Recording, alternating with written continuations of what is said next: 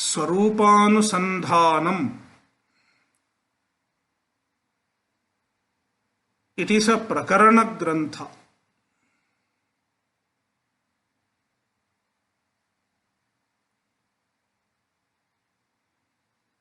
The main texts of Vedanta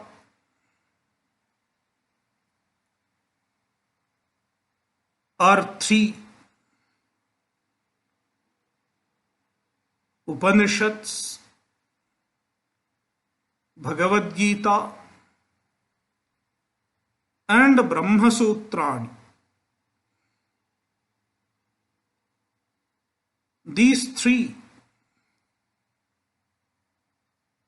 are the source books of Vedanta.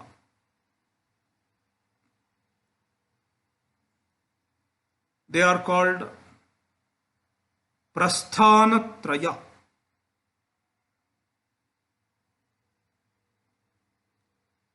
In addition to these three texts, there are many texts on Vedanta written by various acharyas, like Shankaracharya, Vidyaranya,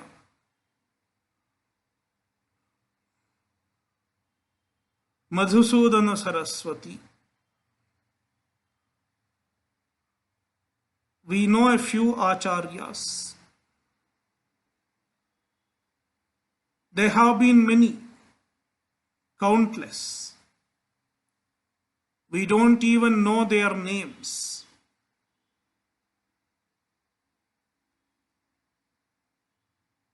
They have all contributed to the Vedanta literature. We have many texts on the same subject matter. These texts are called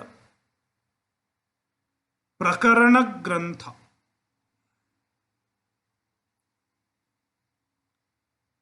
There are many Prakaranagrantha's, hundreds of them. Some of them are very popular among Vedanta students, like Viveka Chudamani, Tattvabodha, Vedanta Sara, Panchadashi, and so on. Then there are some Prakarana Granthas which are not well known.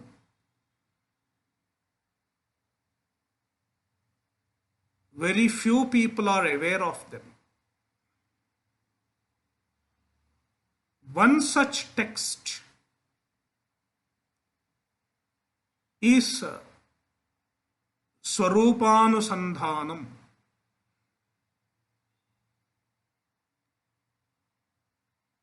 Not very popular, not well known.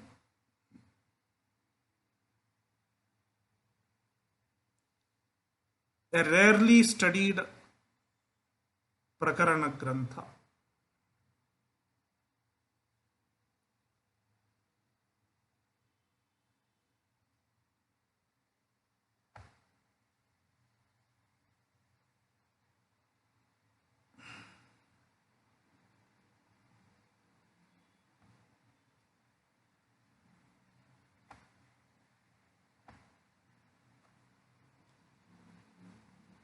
A rarely studied Prakarana Grantha.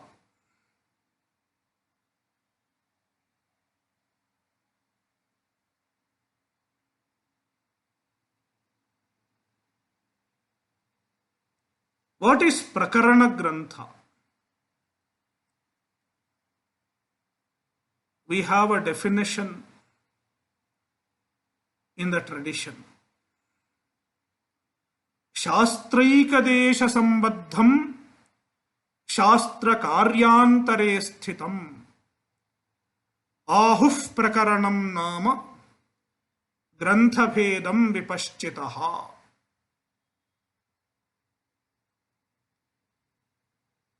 शास्त्रैकदेश संबद्धम.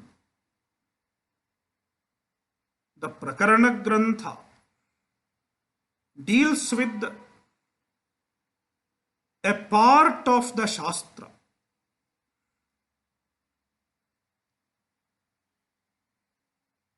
In this context, the Shastra is the Veda.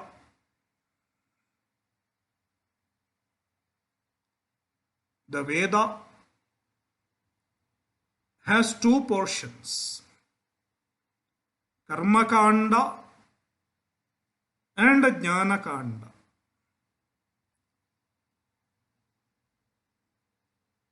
This Prakaranagrantha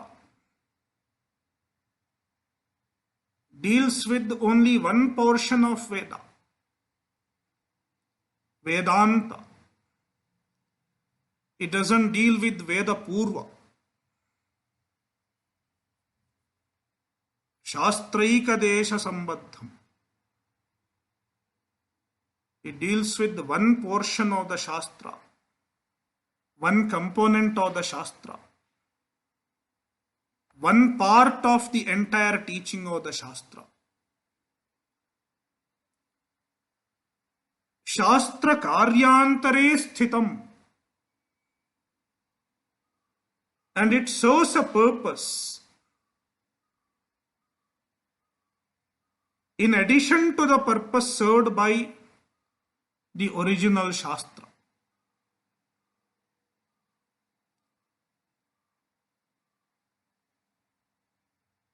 It serves an additional purpose. This should be understood. Let me give an example.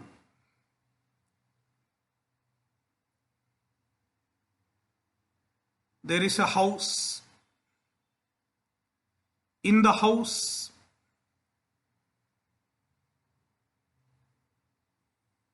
the mother, there is a mother and there is a kid, 4-year-old kid. The mother brought rice, vegetables, etc.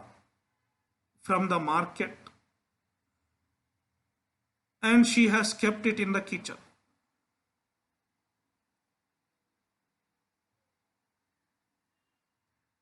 Then the mother says, now I have to go and cook. I have to go to the kitchen and start cooking. Then the 4-year-old baby asks, why should you cook? Already there is rice. Already there is vegetable. And we eat rice and vegetable. Why should you cook?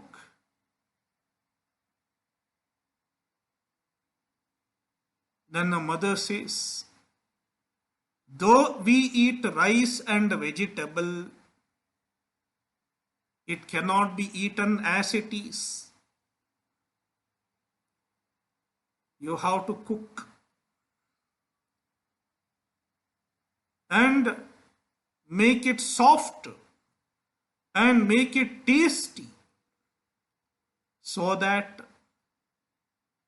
it can be eaten.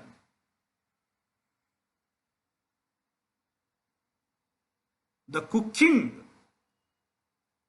serves a different purpose. Cooking doesn't manufacture rice. Cooking does not manufacture vegetables. using the same available rice and vegetable,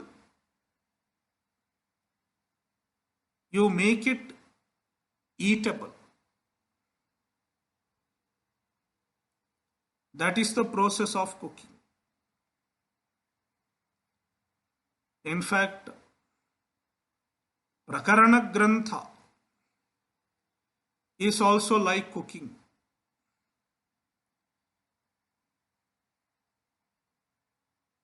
The knowledge is revealed in the sources, in the Upanishads,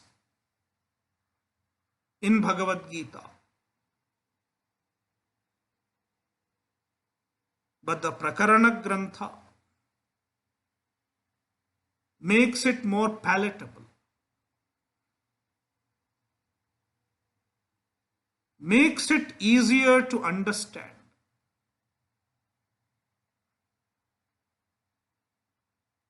Presents it in a way that people can understand with a greater ease. That is the additional purpose served by the Prakaranagrantha. As though it presents the teaching of the original Shastra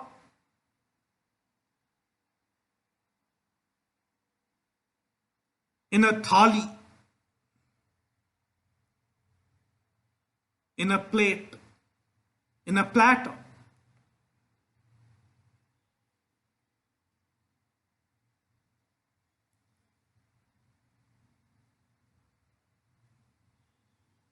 And these Prakarana-granthas vary in their presentation,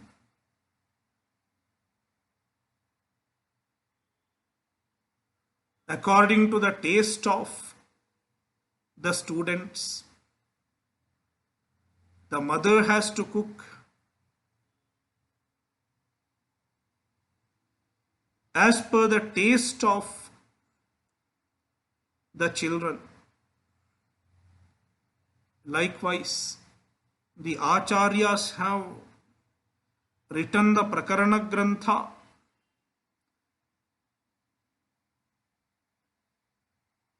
to cater to various tastes,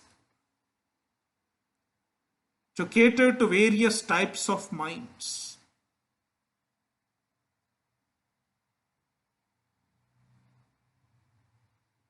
Some people can understand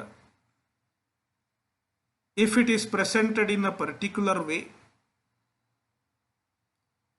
but some other people may need even more simplification.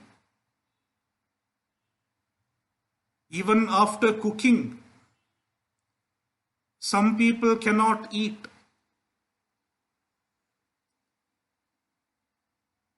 The mother knows. Her 5-year-old child can eat without spoon feeding. But there is a 1-year-old baby, it needs a spoon feeding. Then there is a 5-month-old baby, you cannot even feed with the spoon. The food should be in liquid form. It should be ground into paste and then you feed it. Likewise, there are different levels of students. Students with the different abilities to understand various Prakarana Granthas cater to the needs of various types of students.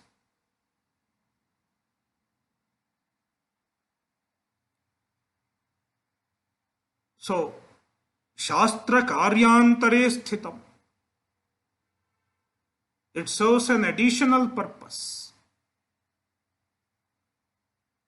Ahuf Prakaranam Nama Grantha Vedam Vipaschitaha. Such texts are called Prakaranagrantha.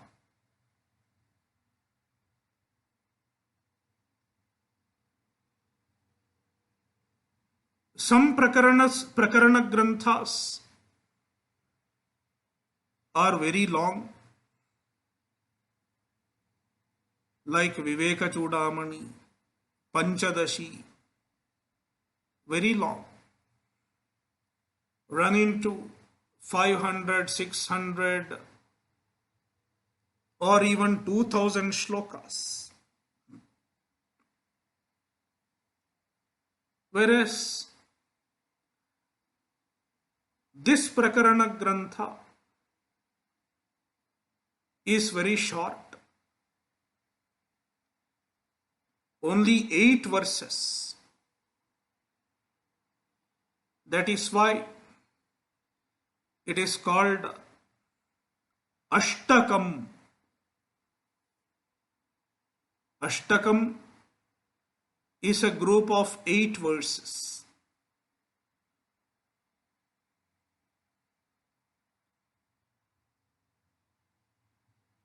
We have even smaller Prakaranaggranthas.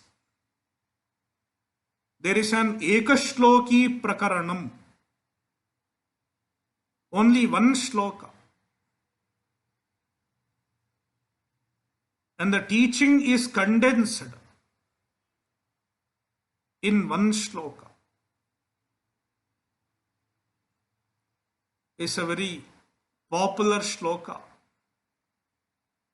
among Vedantis. Ekashloki Prakaranam. A beautiful verse.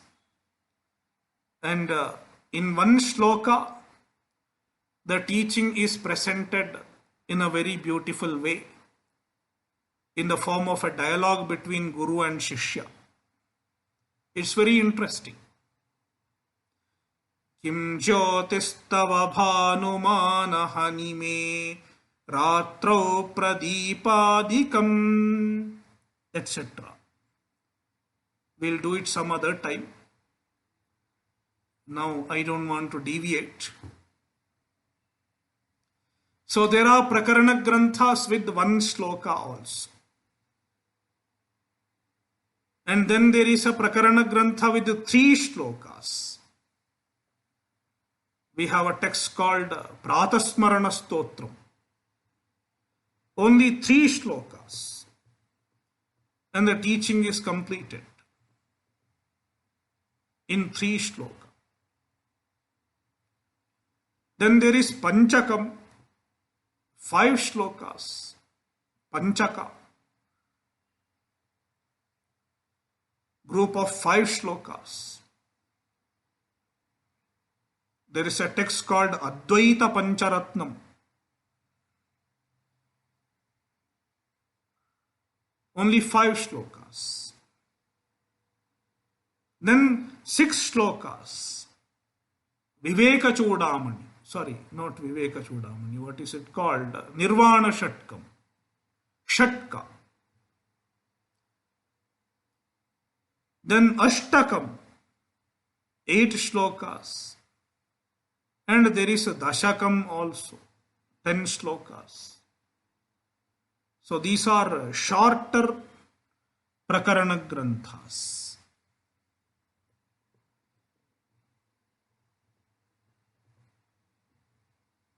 So Swarupanusandhanam is a short Prakarana Grantha. Only 8 shloka. 8 shlokas. And the teaching is condensed in 8 shlokas. In fact, if you look into the text, you will find 9. The 9th one is not counted. It is like a Phalashruti. The 8 shlokas form the text.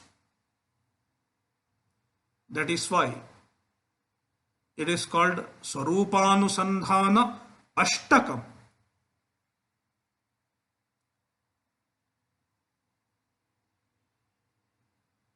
The text, the name of the text, Swarupanusandhanam, itself is very interesting.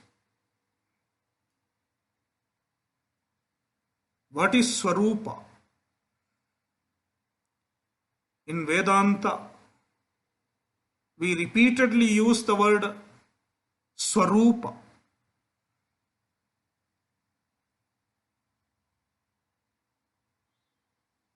Swarupa is one's own true nature. The word Rupa has many meanings. Rupa also means color. Rupa also means form. In this context, Rupa means nature.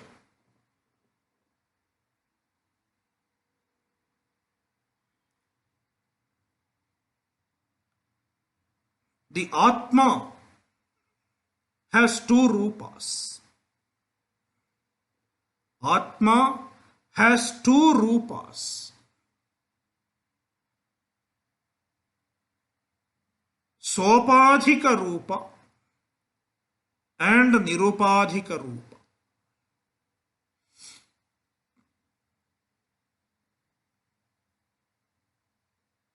Upadhi. Most of you know what Upadhi means. Upadhi is an external factor which seems to limit the Atma.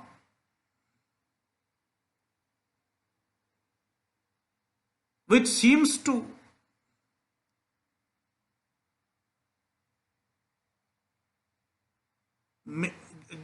which superimposes certain attributes on the Atma. For example,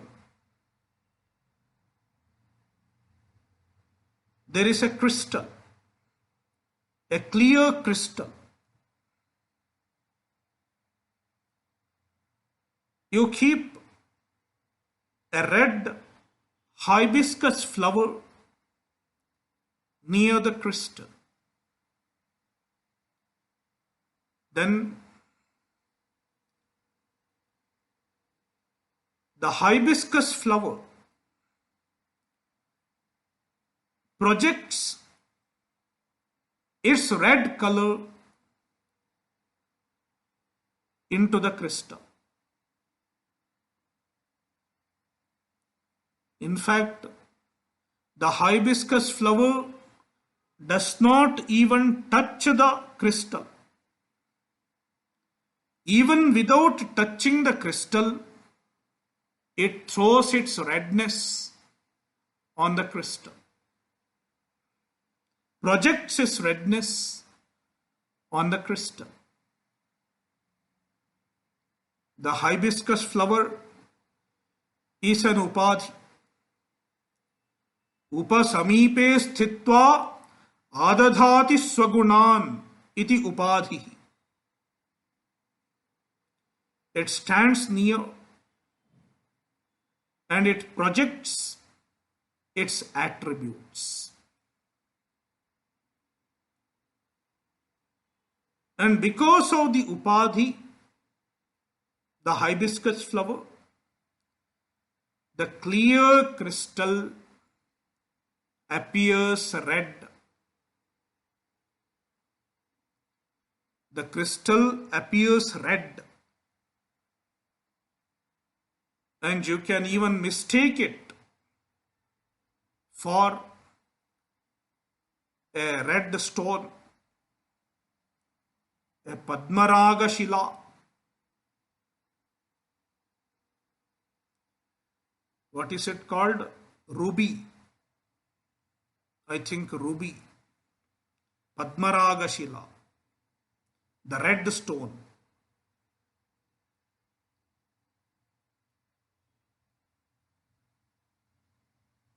So now this red crystal, the redness of the crystal is Sopadhika Rupa. It is because of Upadhi.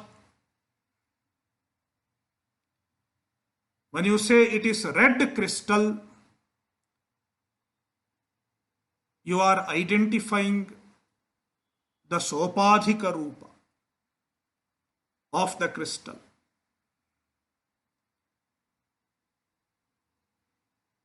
The nature of the crystal with the Upadhi, with the conditioning caused by the Upadhi.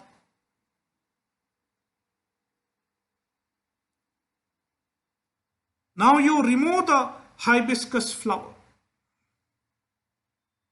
In Sanskrit, hibiscus flower is called Japa Kusuma. You remove the Japa Kusuma. What happens? The crystal is again clear.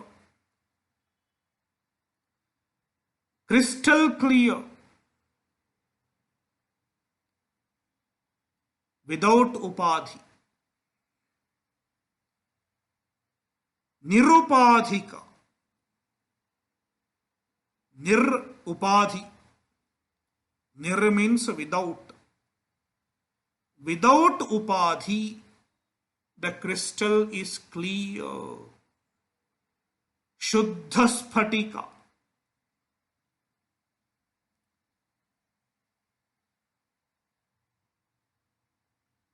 It is the Nirupadhika Rupa of the crystal. Without any Upadhi.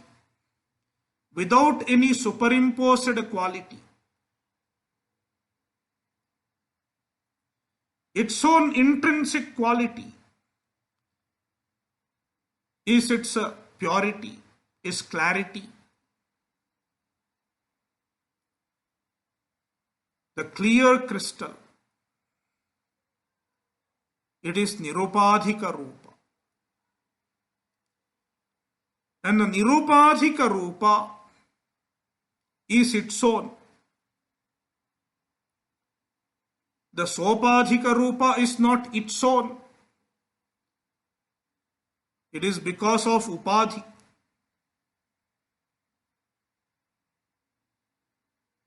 The Nirupadhika Rupa is its own intrinsic nature. The Nirupadhika Rupa is called Swarupa. Swarupa is Nirupadhika Rupa. Own nature. Swa means own, one's own. Rupa means nature. Therefore, Swarupa means the Nirupadhika Rupa.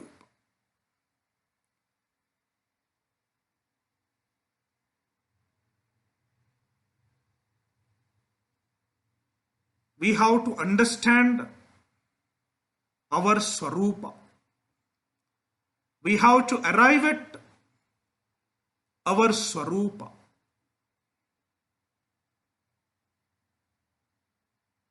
As long as we do not arrive at our Swarupa,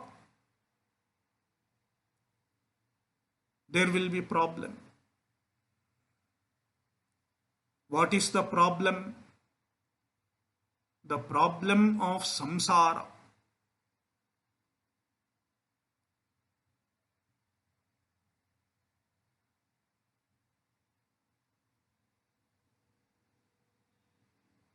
Because of ajnana, because of ignorance, of our true nature, our Swarupa. We identify with our Sopadhika Rupa. The body is an Upadhi. The mind is an Upadhi. The senses are Upadhi. We identify with the Upadhi. And the attributes of the Upadhi are superimposed on us.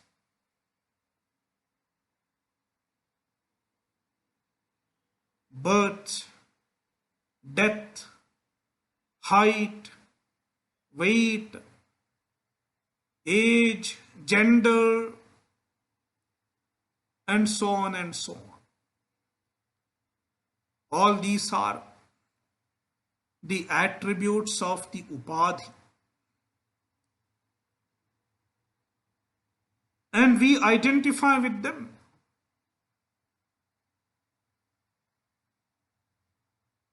Therefore, when we say, I am a man, I am a woman,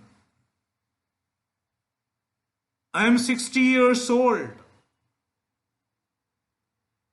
we identify with the Sopadhika Rupa. We are not aware of our Swarupa. That is ignorance.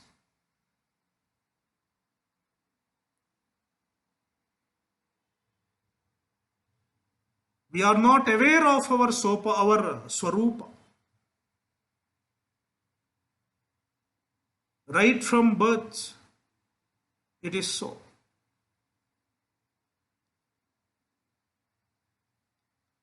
As long as we are not aware of the Swarupa,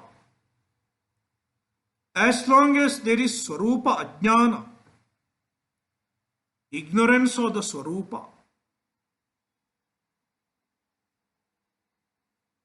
we will be psychologically vulnerable.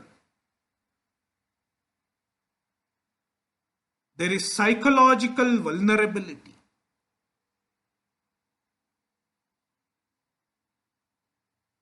We are subject to sorrow,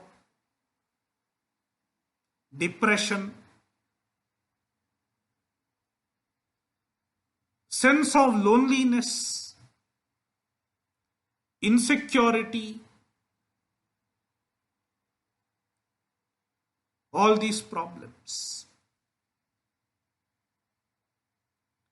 There may be occasions when we don't have any problem because of our punya. As long as we have punya, there won't be any problem. That is why some people say, I am happy, therefore I don't need Vedanta. But that doesn't mean they are not vulnerable to problems. When the punya gets exhausted, problems start coming.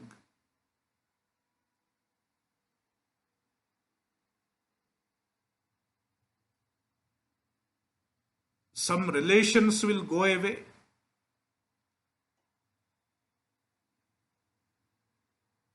There may be loss of wealth.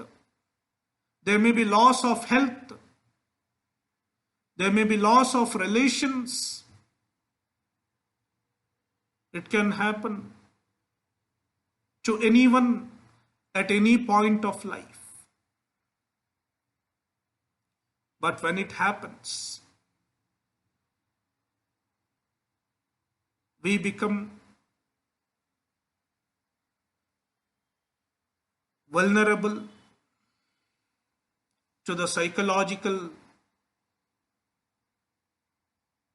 unpleasant emotions, sorrow, helplessness, and so on. It is samsara. Psychological vulnerability is samsara.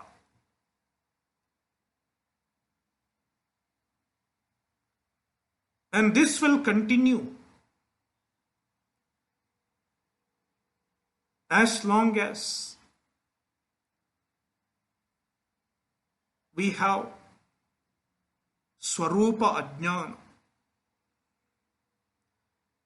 ignorance of our true nature.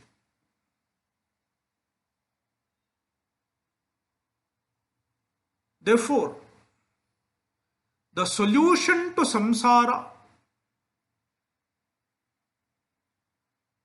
is jnana,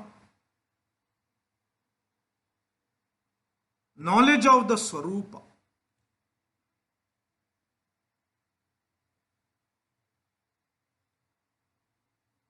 Because the ajnana can be removed only with the help of jnana. There is no other means to remove ajnana. There is no other means to remove ignorance. How to get jnana?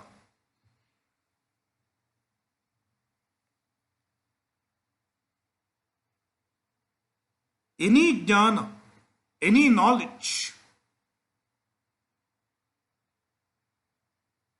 requires a proper means of knowledge. No knowledge is possible without a means of knowledge. For example, if I have to know the color of my cloth, I have only one means: my eyes, my chakshurindriya.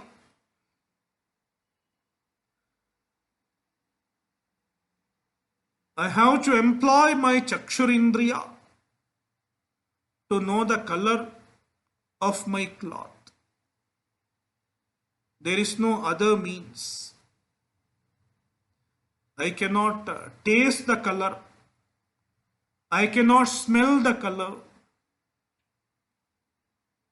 I can only see the color. There is a particular specific means.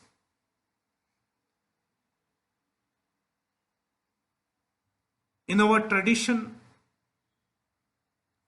they have analyzed the means of knowledge. They have analyzed how knowledge takes place. The means of knowledge is called Pramana.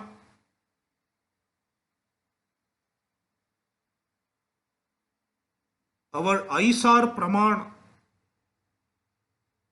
the means of knowledge. We have 6 Pramanas in Vedanta.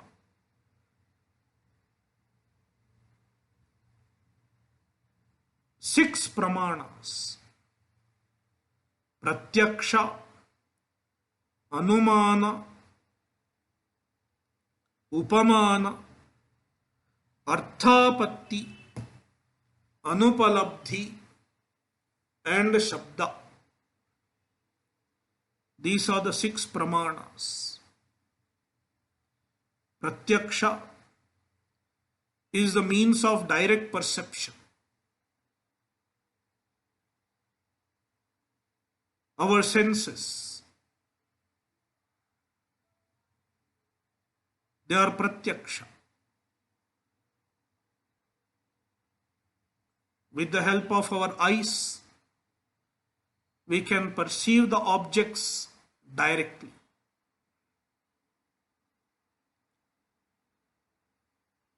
the five senses.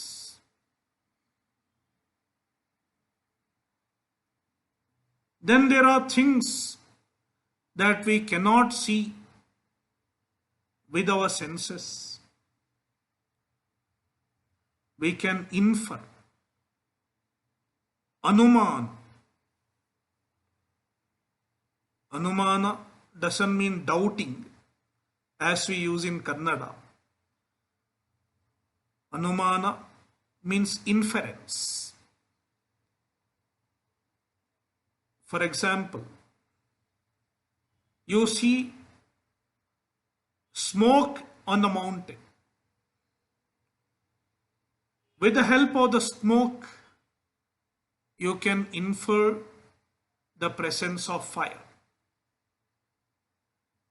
You don't see the fire, but you see the smoke. Seeing the smoke, you can arrive at a conclusion that there is fire. Parvato vanhiman dhumat. It is an anumana, an inference. Then the third pramana, upamana, analogy, knowledge of similarity, sadrishya jnana. This is another means of knowledge. Someone is going to forest for the first time. And he is going to the forest to see a particular animal.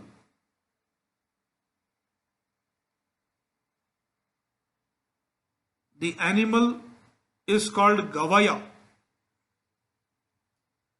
Gavaya is an animal which looks like cow, is found in the forest. It's an antelope. In Hindi they call it Nilgai. Nilgai.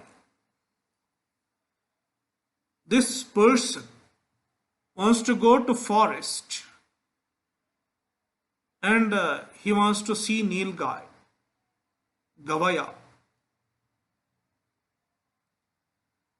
And he doesn't know how to recognize Gavaya because he has not seen it before. Then someone tells him, you will find an animal which is similar to cows, but it is not a cow. It is just similar to cow. Then you can find it is Gavaya. Then you can identify it as Gavaya. Then he goes to the forest. In the forest he finds an animal like cow and he arrives at a conclusion. Ayam Gavayaha. This is Gavaya. This is Nilgai. With the help of the knowledge of similarity, he arrived at a conclusion. This is called Upamana.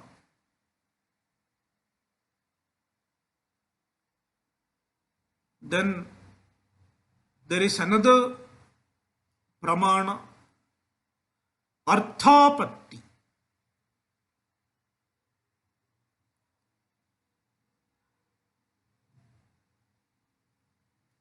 Is called presumption in English. Another way of using the logic.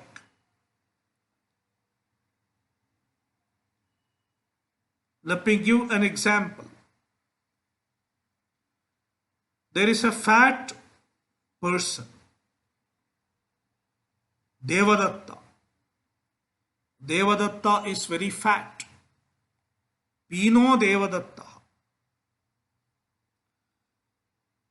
He doesn't eat during daytime. There is a fat Devadatta. Devadatta is very fat. And he doesn't eat during daytime.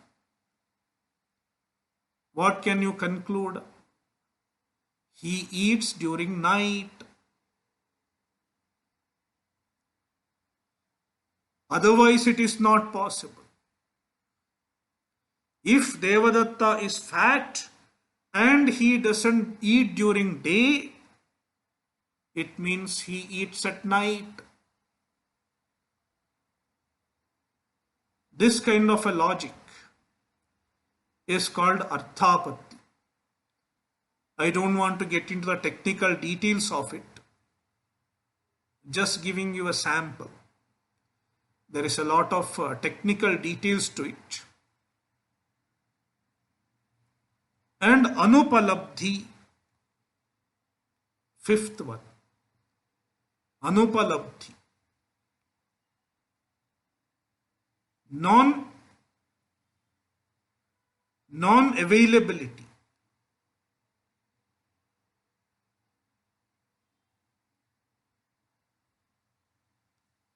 It is like absence of evidence is evidence of absence. Absence of evidence is evidence of absence. It is very much used in law. The lawyers know this very well. How can you prove someone has not committed a crime? How can you prove someone has not committed a crime? If there is no evidence, that means he has not committed a crime. Absence of evidence is evidence of absence. It is Anupalabdhi. If I don't see something, that means it is absent.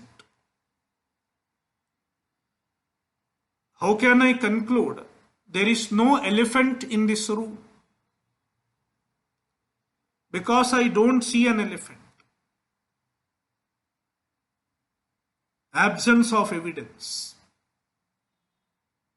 Because of that, I can conclude there is no elephant.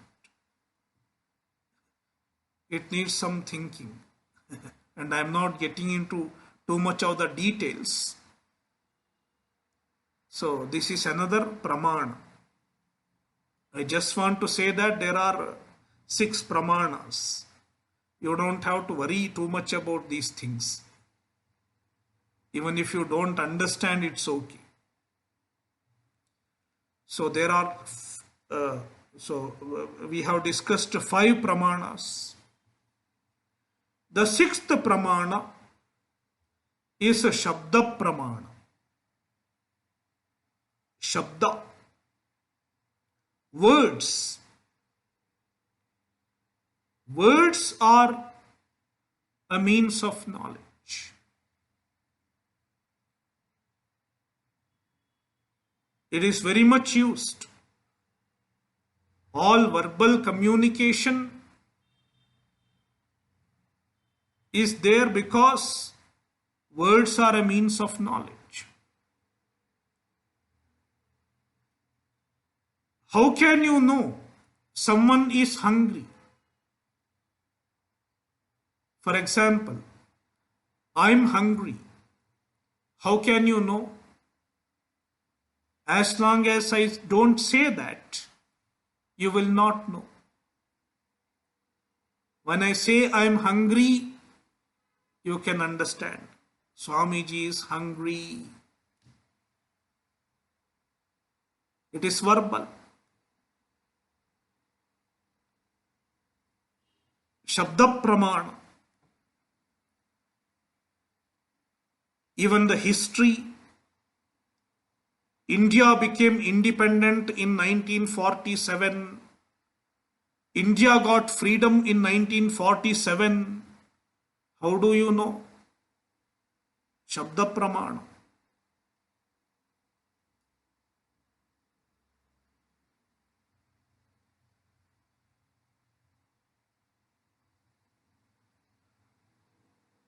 And the Shabda is of two types. Laukika Shabda and Vaidika Shabda. Laukika Shabda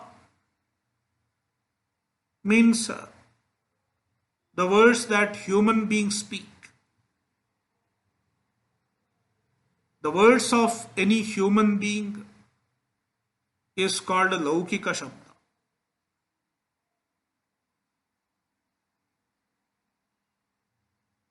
A Laukika Shabda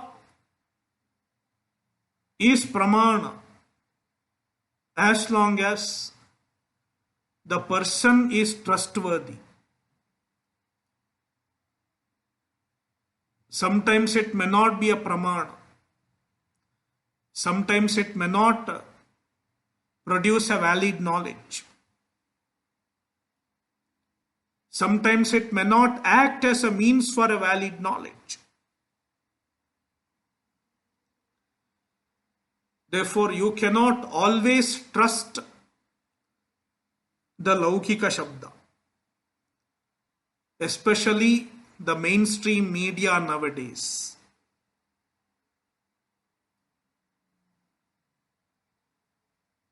We cannot trust. They have their own propaganda. Laukika Shabda. Then there is Vaidika Shabda. The words of the Veda. It is Pramana. The words of the Veda are Pramana. For many things. We cannot know them through any other Pramana. We cannot know them through Pratyaksha or Anumana, etc. We have to rely on Vaidika Shabda, the words of the Veda. It is true with respect to Punya and Papa, Swarga and other Lokas, and so on. And it is very much true when it comes to self-knowledge.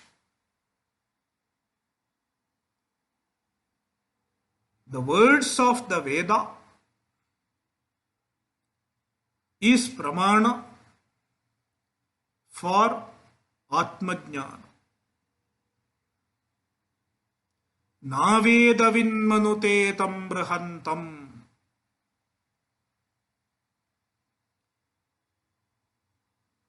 And which portion of the Veda?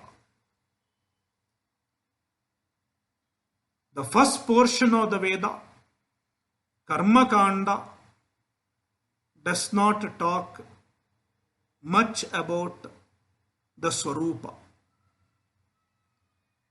It talks about karma.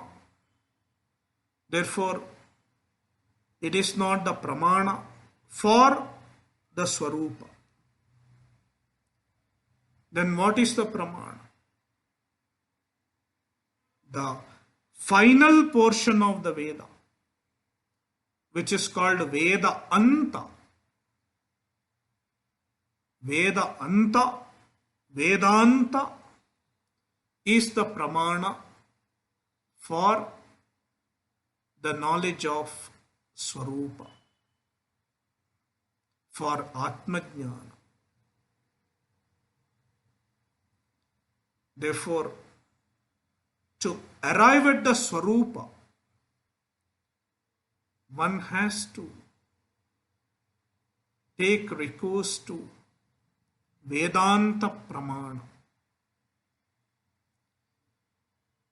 Om Purnamadah Purnamidam Purnat Purnamudachyate Purnasya Purnamadaya Purnamevavashishyate. Om Shanti Shanti Shantihi. Harihi Om Shri Gurubhyo Namaha. Harihi Om.